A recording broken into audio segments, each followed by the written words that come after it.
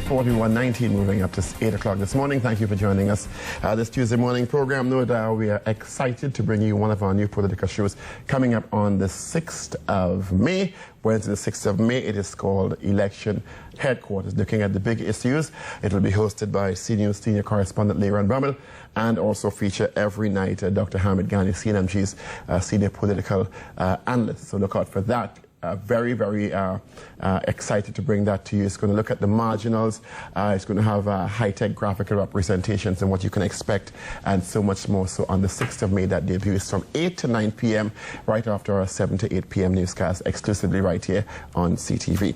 Focusing now on finance, our friends of the Unit Trust Corporation. Actually, we're happy to have, for the first time on our set, the Executive Director of the Trinidad Tobago Unit Trust Corporation, Mr. Ian Chinapoo. Mr. Chinapoo, thank you for joining us this morning. Good morning, Paul. Appreciate you here with us this morning. Now, the UTC is going through its register cleanup exercise. You have on record 589,000 registered unit holders. Now, that is amazing. That's correct. That's like almost half of the population. Yes, and probably closer to 80% of the working population. What is it like keeping track of that data? And certainly, Unit Trust is celebrating its over 20 years? No, over 33 years. 33 years, which means you've amassed this huge clientele. Yes. And now data needs to be updated. Yes, of course. When the Unit Trust started, the requirements of the global industry, financial services industry, were a lot different than it is today. So, of course, over the years, we would have accumulated all these unit holders, or valued unit holders, who have stuck with us through over, as we said, 30 years. And now we're in the process of updating our database, as the information that we're required to collect by the central bank and the SEC, those have changed, and we do need to get updated information for our unit holders. Now, if someone, an account is open for someone when they were 10, yes, they're now 43. Yes. You know, and persons who would have joined the unit trust as adults, yes, and continue through the unit trust have gone through different stages in their lives. Is this particularly why financial status, addresses, etc., basic information that's really necessary and actually financially legal? Exactly. A legal requirement? Yes, because some people are still getting their statements at their parents' house because they opened their accounts before they had their own home. So we do need to update your address, your telephone numbers, your place of employment. All those things are really important for us to help design great products and services for you, because you're no longer a student, you're no longer in university, and we need to know more about you. It's also very important, you know, we do have new legislation around anti-terrorist financing and anti-money laundering. So we also need to ensure that we get all the information in our database to comply with the legislation that is the central bank enforced. Now, I know the Unit Trust, if anyone has been to the Unit Trust, when you interface with your clients, there's a natural process of updating information. Yes. What percentage of the 589,000 of your clients are you looking at in terms of the need to significantly upgrade information? About 100,000 is our key focus. They represent quite a large amount of the funds under management. So we're focusing on our 100,000 first, but as we go along, multi-year, as you come in, don't be upset if we ask you to sit for 15, 20 minutes and get some updated information. It's just one-off, and maybe every few years, or as things change, you can bring information to us. We've done over 25,000 already for the year, and we expect you know, to continue throughout this year and into next year. Because of the importance of updating this information, what should clients work with? Is there documentation that will help with the Unit Trust in this process to verify information that is updated, etc.? Yes, of course. Things like your utility bills to show proof of address, your ID, picture ID, normal stuff that you would take to open a bank account. We would ask other questions around your telephone numbers, your contact information, and if there is something that is unique, for example, if you're investing in our North American funds, we may need to get other information about U.S. indicia, which means, do you have a green card? Are you a U.S. citizen or dual citizen? That type of information, so your U.S. passport or birth certificate, those type of things would be applicable across our funds, because we would have to also comply with international regulation at that point. Why do you specifically need to meet these new central bank requirements? Well, they're not new. They've been around for a while, and they're really global standards. The central banks all across the world are charged with enforcing the gathering of that information. So our central bank is just following what is international best practice.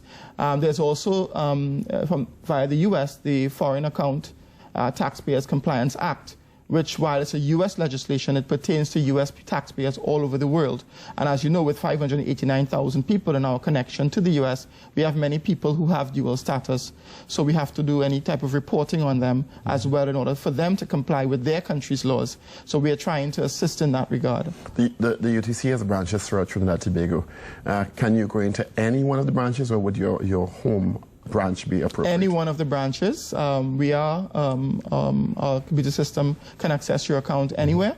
So anywhere you feel comfortable, wherever is good for you, we can accommodate you there. And of course, but many people that have been with Unitrust for a very long time, so they do have their preferred persons that they like to go to, and that's fine as well. And this has to be face-to-face. It can't be done online. No, there is some information that we can gather online, but certainly things like photo IDs and so on, it is best if we come in and meet with you. We've actually added some staff who would therefore be dedicated towards this process, and therefore they would be able to give you dedicated time and try to get you in and out as quickly as possible. Now, when you have to motivate people, it's sometimes difficult. Yes. You're going to take an extra 15, 20 minutes. How important is this for persons, tangible benefits for them? This really gives the Unitrust the information they need to make better decisions on your behalf, doesn't it? That's correct, it does. Because, as you know, people have different patterns in saving. Some might just come in and put a lump sum, maybe from their Christmas bonus or whatever. Some put every month via standing orders. We have 22,000 standing orders every month.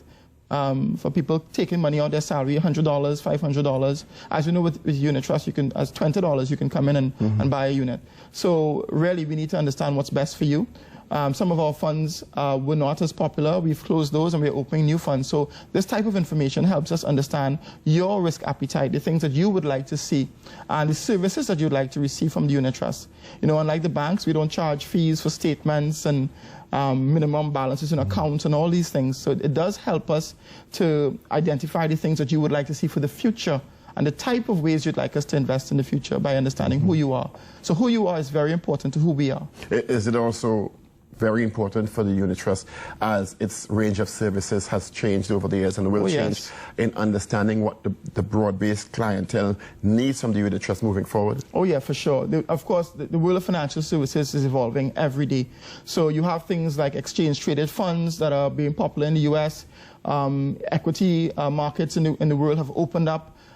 So, you know, many people are looking at different regions, different industries, and certainly the Unitrust is at the forefront of that. We've always been an innovative corporation. We were the first mutual fund, and now it's a very large industry. We still represent about 10% of the financial industry in Trinidad and Tobago. So we have to be relevant, and representing, you know, almost 600,000 unit holders, we have to think about each investor and what would be the things that you would want to be invested in the future. Now, is there a timeline on this project for the UTC? Yeah, we expect it to be a multi-year project, because while many people have some of the information, many do not have all of the information. So we want to make it convenient. As you come in to do a transaction, you can actually, every month, we are going to be giving away an iPad to one of our unit holders who have come in and updated their records, and your records are up to date. So you get a prize too? You get a prize. Not everyone. Not everyone. Just to make sure you know. It's one per month. But we do recognize that it will take some time, and we expect it to be a multi-year project.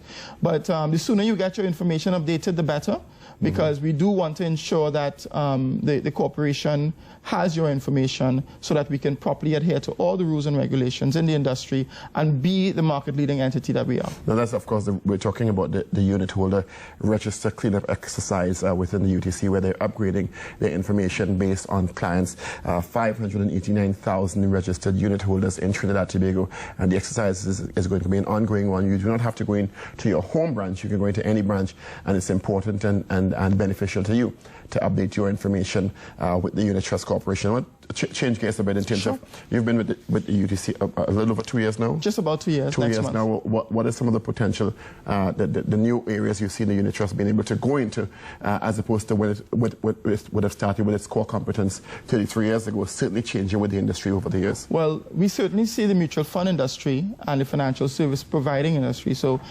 clearly we are sticking to that core business.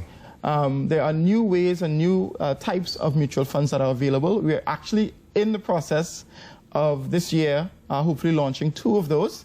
So I won't burst in the news just yet, so to speak. Why not? Break some news in the morning show right here. Well, as I mentioned, there are new types of funds that are available that would be risk-managed funds, and not the typical income fund and equity funds that are available in the market today. So we do hope that by the end of the year, let me give an example. Last December, we tailored a product for corporate clients called the UTC Corporate Fund. So it's geared towards the institutional investors who use their funds in a short time period, but are not happy with the returns they're getting in their current accounts at the banks and so on. So that's an example of looking at what one particular group of unit holders needed and putting that forward into a new product. So we're also doing the same for other types of unit holders, other categories, so we can provide those innovative services to them. We recently got 7 amendments to our UTC Act passed in the Finance Bill on January 29th. It was signed off by the President, and those amendments actually have brought us more in line with the modern practices in the mutual fund industry after 33 years. So we're looking to do more upgrades in that space, and that would enable us to better serve unit holders. For example, you have all of our current funds except are available to anyone.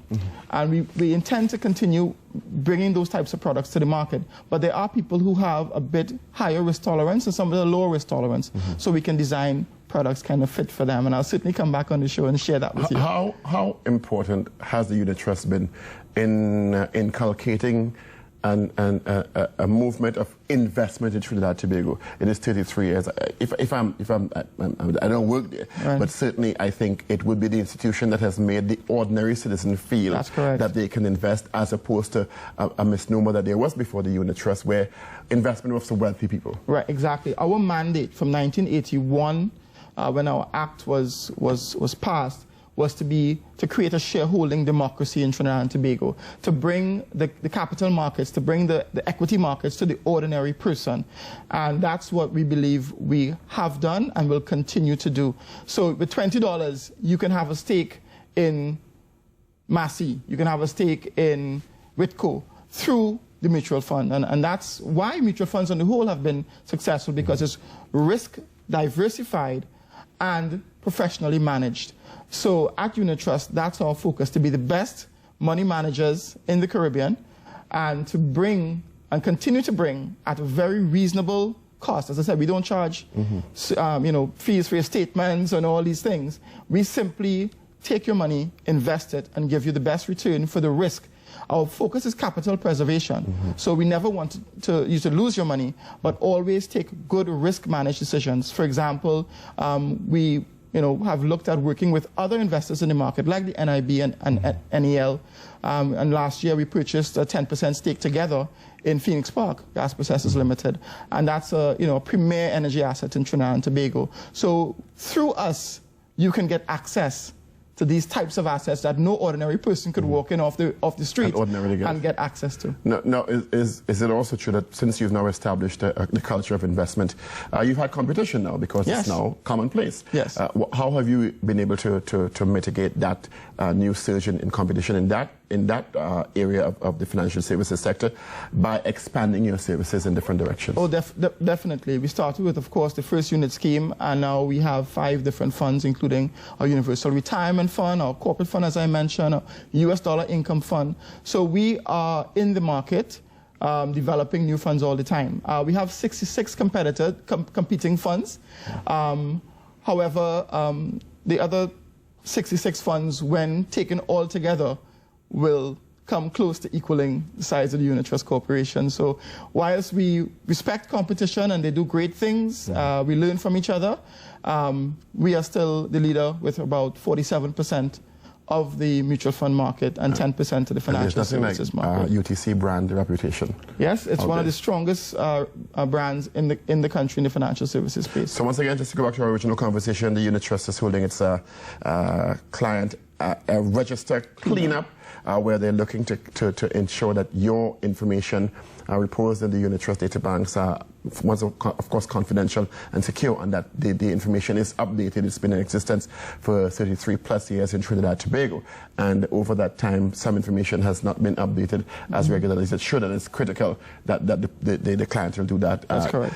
You can walk into any one of your unit trust branches and update information, and you can actually call and make an appointment or just walk in. You can call and make an appointment. You can just walk in. We do prefer the appointments because it does allow you to have a shorter wait. And don't forget, you can win an iPad. Come in and one every month. One every month. Not one per client. Correct. All right. Mr. Chinapoo, thank you for being with us. We appreciate your time. And we're certainly looking forward to greater things from the Unit Trust Corporation in Trinidad and Tobago. We'll be talking to Mr. Ian Chinapoo, who is the Executive Director of the TT Unit Trust Corporation. Well, that is going to do it for us today. Thank you very much on behalf of the entire team. We want to invite you to join us again tomorrow morning for Wednesday's edition at 5:30 a.m. And stay tuned. News is next right here on Good Morning TNT.